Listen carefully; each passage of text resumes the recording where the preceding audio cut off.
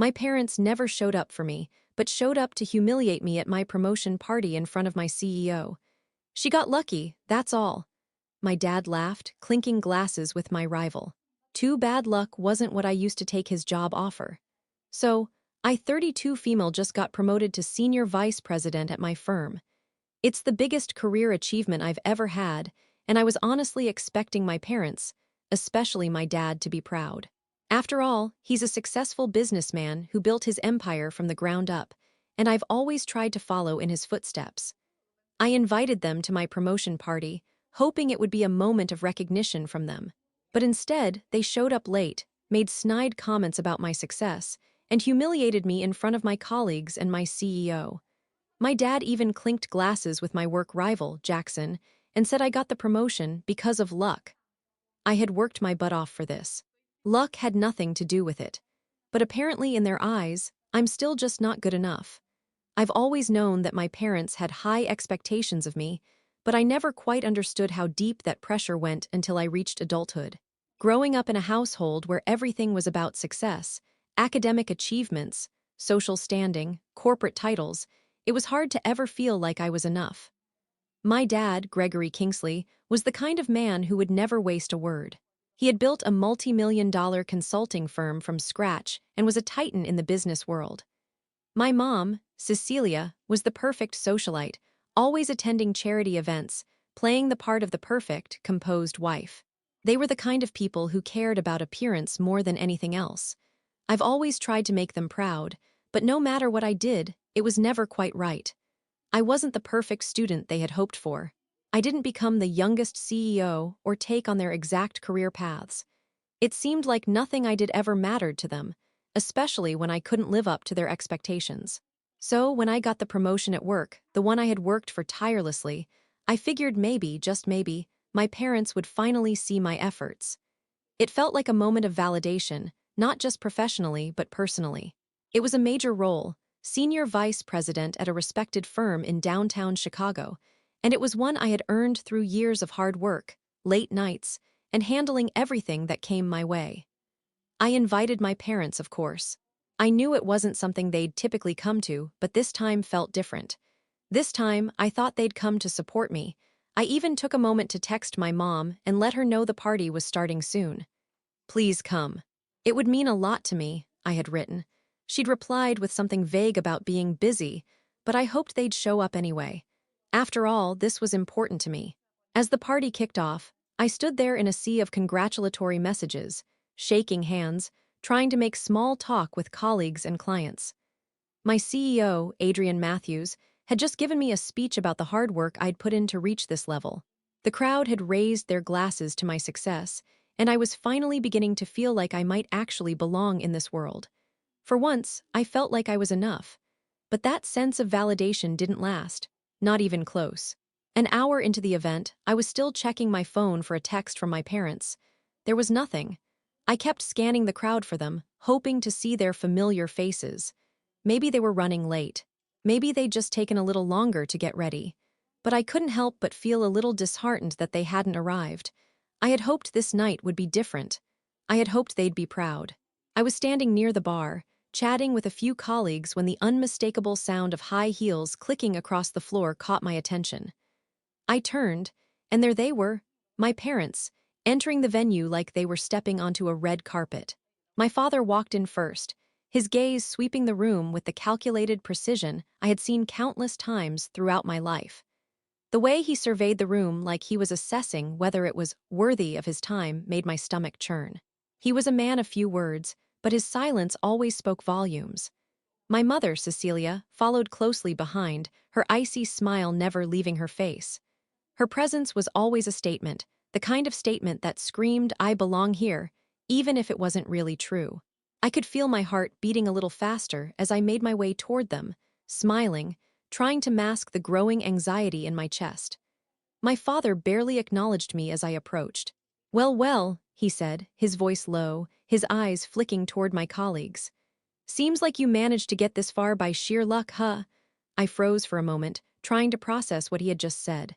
My mother stood beside him, arms crossed, the coldness in her expression palpable. "Dad, what do you mean by that?" I asked, trying to keep my tone level. Oh, he continued, shrugging nonchalantly. She got lucky. She got a promotion, sure, but we both know it's not about skill or merit. It's about being in the right place at the right time. I felt a knot in my stomach, the words hitting harder than I anticipated. But it wasn't just what he said, it was the way he said it. Like this promotion, this accomplishment didn't matter. Like my hard work, my sleepless nights, and my dedication were nothing more than a fluke. I glanced around at the people nearby, watching this interaction unfold. It felt like the room had suddenly gotten smaller. I could hear my rival, Jackson Reed, laughing from across the room. He had been gunning for my position for years, using every dirty trick in the book to try to sabotage my projects. He had taken credit for my ideas more times than I could count, and now here he was, casually chatting with my father, a glass of champagne in his hand. Before I could say anything, my father raised his glass to Jackson and clinked it, the sound echoing louder than it should have. "Here's to luck, eh?" he said, his voice filled with that smug tone I knew all too well. Jackson laughed, his grin stretching far too wide. "Cheers to that," he said, his gaze flicking to me for just a moment. I've always thought it was just a matter of time before someone like Rachel landed a role like this. But then again, it's not always about talent, is it? I felt the blood drain from my face. My father's and Jackson's voices blended together in a haze of insults and condescension. I wasn't sure what hurt more, their words or the fact that they were standing there, acting like my accomplishments didn't matter. At that moment, something inside me snapped. I wasn't going to stand there and let them diminish everything I had worked so hard for. I took a deep breath and turned toward Adrian Matthews, my CEO, who had been watching the entire exchange from a distance. He gave me a small nod of encouragement, which only made my decision clearer. I walked over to my father and Jackson, who were still standing there, enjoying their little victory over my misery. "I didn't get lucky, Dad," I said, my voice steady, though the anger bubbled beneath the surface. "And I didn't get this promotion because of some twist of fate. I earned it. Every project I've worked on, every long night, every ounce of effort, it's all me. Not luck, not you, not anyone else." Jackson opened his mouth to say something, but I raised my hand, silencing him. I turned to my father, my mother standing silently beside him. "You've never understood what it takes to get where I am," I continued. "I've spent my life trying to make you proud, but you've never given me the chance. And now, you're here, trying to diminish everything I've accomplished. I don't need your approval anymore, Dad. Not after all these years of being told I wasn't enough. I have enough." My mother's lips tightened, but she didn't say anything. Jackson, who had been looking smug just moments before, now stood speechless. My father, however, looked at me with an expression I couldn't quite read. He didn't say a word in response. He didn't need to. But I saw something in his eyes. A flicker of realization, perhaps, or maybe something else. But it didn't matter. Not anymore. I turned away, walking back to Adrian, who offered me a quiet smile of support. My heart was racing, but a sense of relief washed over me. For the first time, I felt free. Free from their expectations, free from the weight of their judgment. The rest of the night blurred by, my parents eventually slipping away, not bothering to say goodbye. Jackson, too, had left, undoubtedly realizing that his usual tactics didn't work on me. I stayed surrounded by people who genuinely cared, people who didn't need to belittle me to feel better about themselves. For the first time, I realized I didn't need my parents' approval to be successful. I didn't need their validation to feel proud of what I had achieved. As the night drew to a close, I felt an overwhelming sense of freedom. My parents had always been my greatest critics, but now they don't control me anymore. This was my life, and I was finally starting to live it on my own terms. As the evening wore on, the air in the room felt different. The initial rush of excitement from my promotion seemed to fade away, overshadowed by the coldness of my parents' behavior. I was surrounded by colleagues, some of whom had offered congratulations, but I couldn't shake the feeling that something had been stolen from me. Something I had spent my whole life craving: acceptance. I wasn't just searching for validation from anyone, but from my parents, the very people who should have been there for me, rooting for me, celebrating my success. I looked around at the faces in the crowd. Adrian Matthews, my CEO, was still talking to a few of the senior managers, laughing at something one of them had said. He glanced over at me from time to time, perhaps sensing my discomfort, but he didn't push. He was a professional, after all, and this wasn't his mess to clean up. Still, I appreciated his quiet support. His steady gaze had been a constant in a chaotic career filled with power plays and corporate maneuvering. In many ways, he had been the mentor I never had from my own family. I scanned the room again, hoping the awkwardness would lift, but it only deepened. The conversations around me seemed distant, like I was hearing them from underwater. Every time my gaze flickered back to my parents, I could see them standing apart from the crowd, as if they were above it all. They had this way of making everything seem trivial, everything except their own world, the world they had built around power, appearances, and status. I felt like an outsider in my own life, like I had somehow been cast aside despite everything I had accomplished. A sharp voice broke my thoughts. It was Jackson, his laugh cutting through the hum of the room. He was standing near the bar, chatting with a few of the senior managers. His usual bravado was there, the confidence of a man who had spent years ingratiating himself into the circles of power. He caught my eye and smiled, one of those smug smiles that made my stomach churn. He had always been the kind of person to play dirty, using whatever means necessary to climb the ladder, whether that meant taking credit for other people's work or using connections to get ahead. I'd always known he had his sights set on the same position I had just earned. His gaze flickered from me to my parents, who were still by the bar. My father's back was to me, but I could see him talking to Jackson in the same condescending way he often spoke to me. The idea of them together, sharing a laugh, made something inside me twist. I had worked so hard to get to where I was, but here was Jackson, the man who had tried to make my career a living nightmare, basking in my father's approval. And there I was, the daughter who had tried for years to earn her place in the family's legacy, now made to feel small by the very people I had hoped would be proud of me. It was clear that my parents didn't see me as worthy of the title I had just earned. They were quick to undermine my achievement, as if all of it had come by mere chance, or worse, because of the kind of people I surrounded myself with. Jackson wasn't the only one who thought this way. It was as if they were all part of this unspoken club, one where only those who played the game a certain way could rise to the top. The weight of my father's words still hung in the air, echoing in my ears. She got lucky, that's all. It was like a slap, a reminder of all the times I had felt invisible, unimportant, as if nothing I did could ever live up to their standards. I stood there, my hand gripping my glass of champagne a little too tightly, trying to keep my composure. This wasn't the celebration I had imagined. It was a painful reminder of everything I had fought against, the constant need to prove myself, to show that I could be just as successful as anyone, regardless of my gender, regardless of my family's expectations. The sharp, biting words of my father and Jackson had left me reeling. I thought back to all those times I had worked late into the night, the countless hours I'd spent crafting presentations, researching, handling delicate negotiations. I had done it all without anyone's help, without anyone's recognition. I had earned this promotion. I had earned this moment. But as I stood there, I realized something. I was no longer waiting for their approval. For so long, I had tried to win their favor, hoping that one day they'd see me for who I truly was. But now, at this moment, I understood that I didn't need them. Their approval, whether I got it or not, didn't define my worth. I turned away from them and walked toward Adrian. The noise in the room felt distant now, like I was moving in a bubble, isolated from everything around me. Adrian smiled at me as I approached, his face offering the same quiet support he had given me in the office, when things had gotten tough, when deadlines had seemed impossible. "You okay?" he asked, his voice soft but concerned. I nodded, offering a tight smile. "Yeah, I'm fine." He could tell I wasn't fine, of course, but he didn't press.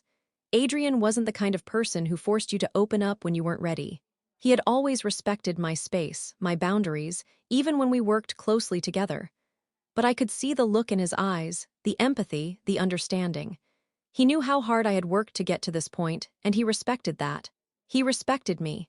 The rest of the night dragged on, but the sting of my parents' dismissal didn't fade. I watched them move through the crowd, never engaging in meaningful conversation with anyone, always keeping to themselves, their walls as high as ever.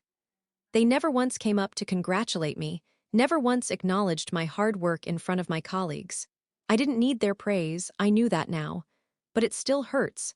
It hurt to know that despite everything I had done, they still saw me as something lesser. It hurt to know that their love was conditional, tied to something I could never fully attain in their eyes. The clock ticked on, and eventually the party began to wind down. People started to leave, conversations becoming quieter, the energy in the room thinning out. I had a million things I could have said to my parents, but I didn't say a word. I simply watched as they gathered their things and made their way to the door. As they left, I could hear my father's voice again, distant but clear.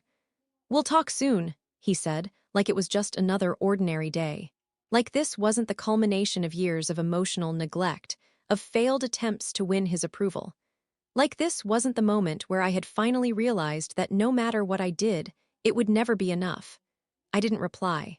I just stood there, a mixture of disappointment and resignation settling in my chest. I wasn't sure how to feel anymore. Part of me still longed for their approval, for that moment when they would finally see me. But another part of me felt something more powerful, a quiet strength that had been building inside me all evening, a strength I hadn't known was there until now. This was my moment, not theirs. I had earned this. And in that moment, I finally understood that their absence, their dismissal, it didn't matter anymore. I would be fine. I would be better than fine. And maybe, just maybe, I was finally starting to believe it. The hours passed, but I was still caught in the same swirl of emotions. Despite the calm on the surface, inside, I felt like a storm was brewing. The dismissal from my parents had stung more than I expected, especially in front of Jackson and the rest of the team. Every time I closed my eyes, I could still hear my father's voice, cold and cutting, dismissing my achievements as nothing more than the product of luck. I needed to get out of that place, to clear my head, but it felt like there was no real escape from the pressure of it all. The idea of leaving the party early felt like giving in, like retreating in the face of my parents' coldness, which, deep down, I knew I wasn't ready to do. I couldn't leave without fully processing everything that had just happened. I excused myself from Adrian, who gave me a look that suggested he could tell something was off but didn't press me for details. He knew when I needed space, and for that, I was grateful. It wasn't often that someone recognized your boundaries without making you feel like you had to explain yourself. I appreciated that more than I realized at that moment. I stepped into the balcony area of the venue, needing to breathe in the cool Chicago night air. The city sprawled below, the lights from the buildings and streets like an ocean of distant stars, each light a small world of its own. I leaned against the railing, letting the breeze hit my face, hoping it would somehow clear my mind. The faint sounds of the party inside barely reached me. I stood there for what felt like an eternity, watching the cars on the streets below, each person in their own world, rushing toward their own destination. I couldn't help but think about how that felt. That sense of moving forward, not knowing where you were going, but not caring either because you were moving toward something. I could hear the faint clinking of glasses from inside, the murmur of conversation. At some point, I felt my phone buzz in my pocket, and I pulled it out without thinking. It was a text from my mom. "I hope you're not too upset. We'll talk about it later, okay?" I read the message over and over, trying to figure out what exactly she meant. "We'll talk about it later." What was there to talk about? It was clear to me that they didn't respect me or my efforts. What could we even discuss at this point? Was this supposed to be some kind of after-the-fact apology? I thought about responding, but I didn't. I couldn't bring myself to reply just yet. I wasn't sure what to say. If I replied now, it might come out all wrong.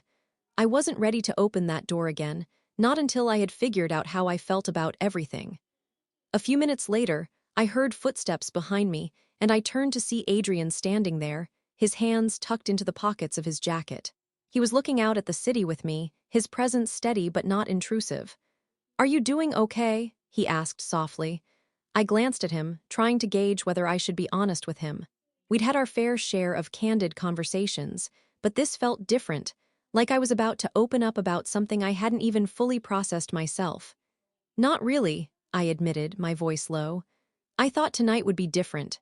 I thought they'd at least show up, at least pretend to care, but then they did that." I waved a hand vaguely in the direction of the party inside. Adrian nodded, his gaze sympathetic. "Family can be complicated, Rachel. You don't have to explain it to me, but I get why it hurts." I leaned back against the railing, taking a deep breath. I don't even know what I'm looking for anymore. I spent so many years trying to get their approval, trying to earn their respect. And now, I'm not even sure what I would do if I had it. Maybe I'm just tired of needing it. You don't need them to define you, Adrian said, his voice firm. I know you might still want it, but you don't need it. What you've achieved, this promotion, has nothing to do with them. It's all you. I let his words settle in, feeling them sink deeper into my chest than I expected. There was truth in what he said, and it stung. I didn't want to admit it, but he was right. I had spent so long measuring myself by their standards, by their idea of success, that I couldn't even see my own achievements clearly anymore. But then, as I stood there in the quiet of the night, something clicked. Maybe I hadn't realized it until this moment, but Adrian was right. This promotion, this recognition, was mine. It wasn't their victory. It was mine. And I had fought for it in a way that had nothing to do with luck. I don't think I've ever really believed that before, I murmured, mostly to myself. Adrian's expression softened, and he moved slightly closer, resting a hand on the railing beside me. It's a hard thing to accept, but you've got it in you, Rachel. You've been doing this all on your own. Tonight just shows how far you've come. For a brief moment, I let myself feel the weight of his words. It was easy to forget that I had done this on my own, that I had fought for every inch of progress. I was so used to thinking that I wasn't enough, that I was somehow lacking, that I had failed to see how much I had accomplished on my own. I don't know how to feel right now, I said, my voice quiet, but maybe I don't need to figure it all out tonight. You don't, he said with a small smile, but it might help to know that you've got people in your corner, people who actually see you for who you are. His words felt like a soft blanket, something that offered comfort even if I wasn't ready to fully let them sink in. There was something about his presence that steadied me, made the whirlwind inside my mind feel less chaotic. Maybe that's what I had needed tonight, to be reminded that I wasn't alone in this. I stood in silence for a while longer, both of us looking out at the skyline in the distance. I had no idea what the next steps were going to be, but for the first time tonight, I felt like I could breathe again. The weight of my parents' rejection, their coldness, still loomed in the back of my mind, but I wasn't letting it control me anymore. Eventually, Adrian excused himself, returning inside to check on things. I stayed on the balcony for a while longer, not sure what I was waiting for, but knowing I couldn't go back to the party just yet. I took another deep breath, and for the first time that night, I felt like I was beginning to understand the kind of strength I had inside me. Maybe it wasn't about finding the right words or the right reaction from my parents. Maybe it was about finding the strength to let go of the things I couldn't change. And maybe, just maybe, it was time to stop looking for their approval and start approving of myself. I stood on the balcony for a while longer, watching the city below me. The hum of the party inside seemed distant now, like a faint echo in the back of my mind. Adrian had left, but I felt an unexpected calm wash over me. For the first time that evening, I wasn't consumed with trying to fix things or seeking approval from people who would never give it to me. I wasn't running after something that had been out of my reach for so long. Instead, I was thinking about the future, my future. And then it hit me. I didn't need my parents to feel validated. I didn't need their approval to succeed. I had proven that already. And as much as I hated to admit it, the people I had thought were so essential to my life, my parents, Jackson, even my own sense of self-worth, were holding me back from truly embracing who I had become. I finally turned and walked back into the party, pushing the door open to a room that now felt smaller, less important. I found myself approaching Adrian again. He was talking to a few colleagues, but when he saw me, his smile was immediate, and I could see in his eyes that he knew something had shifted in me. "Feeling better?" he asked, his voice quiet. I nodded, offering a real smile this time. "Yeah, actually, I've been thinking about things, and you're right, I don't need them to define who I am." He raised an eyebrow, as if he hadn't quite expected me to come to this conclusion tonight. "I'm glad to hear that. It's a hard realization to make, but it'll make a world of difference in the long run." Before I could respond, a loud voice interrupted us. It was Jackson, strutting up with that signature smug grin on his face. His eyes flicked over to me, that unmistakable look of superiority in his gaze. "Well, well, look who's finally standing tall," Jackson said, leaning casually against the bar. "Didn't think you had it in you to confront your little family drama. They don't look too pleased with you." I could feel my blood pressure rise as I looked at him, the irritation bubbling to the surface. Jackson had been a thorn in my side for years, trying to sabotage my projects, taking credit for my work, and undermining me at every turn. But tonight, he wasn't going to get under my skin. Not anymore. "I'm sure they're fine," I replied, my voice steady, controlled.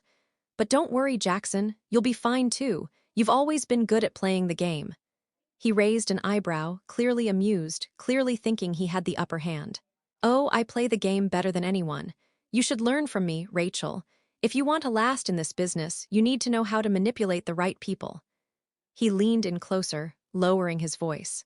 "Especially people like your father. He's a man who values results, not loyalty." I could feel the old anger flare up, but I pushed it back down. I learned something tonight. People like Jackson, people who only cared about power and manipulation, didn't deserve my energy anymore. "I don't need to learn from you," I said, my voice cool. "I've learned enough on my own." Jackson's expression flickered for a moment, but he quickly masked it with that same, confident smirk. "Well, if you say so, but remember, Rachel, you can't win this world by being nice. You've got to be ruthless, like me." The conversation was going exactly where I expected, and I had no intention of letting it drag on any longer. My eyes flicked across the room, spotting my parents talking in a corner, looking exactly as they always had, detached, aloof, and unwilling to truly engage with anyone who didn't benefit them. It was clear now that they were never going to change, but tonight it was different. I was different. "Funny," I said, leaning forward slightly. "I'm not the one who needs to be ruthless, Jackson. I've already got what I need." Jackson looked at me, confused, a little taken aback by my sudden shift in tone. That's when I made my move. "By the way, I just heard that the CEO position at Kingsley & Co. is opening up next quarter," I said casually, watching his face change as the words landed. Jackson's eyes widened, his jaw tightening imperceptibly. "You know, they're looking for someone to fill that role. They've been really impressed with your performance, Jackson. Too bad your ruthless approach might not sit well with them, huh?" Jackson's confident grin faltered as he processed the words. He wasn't prepared for this. The idea of the Kingsley family, the very people who had built an empire, considering him for a high-level position, was something he had always dreamed of. But I knew better. I knew how hard my father played the game of power. And with the way he had treated me tonight, I had no doubt that my father would eventually see Jackson for what he really was, someone who only cared about his own gain. I smiled sweetly. "I guess you'll just have to wait and see, huh?" Jackson stood there, frozen for a moment, his usual bravado slipping away. But before he could say anything else, I turned and walked away, my heels clicking sharply on the polished floor as I made my way toward the exit. I didn't need to look back. I could already hear the ripple of whispers beginning behind me. The party felt different now, like I had finally taken back control. As I passed my parents on the way out, I noticed their eyes briefly meet mine. My father's gaze lingered for a fraction of a second, but he said nothing. He never did. My mother, as always, remained impassive. She didn't seem to care that I was walking out of this celebration, that I was leaving with the quiet certainty that I didn't need their approval anymore. I didn't need Jackson's either. I stepped into the cool night air, the city skyline stretching before me, and for the first time in a long time, I felt completely at peace. I had stopped trying to prove myself to anyone. No more chasing their approval. No more playing by their rules. I had won. Not through manipulation, not through cruelty, but through my own hard work, my own strength, and my own decision to no longer let the opinions of others define who I was. And as I walked away from the building, I couldn't help but smile. Because the real revenge wasn't in destroying them or seeking out some form of retribution. It was in realizing that I didn't need their validation. The real revenge was in knowing that I had risen above it all without them, and that my future, my success, was now completely in my hands. That, I realized, was the sweetest victory of all.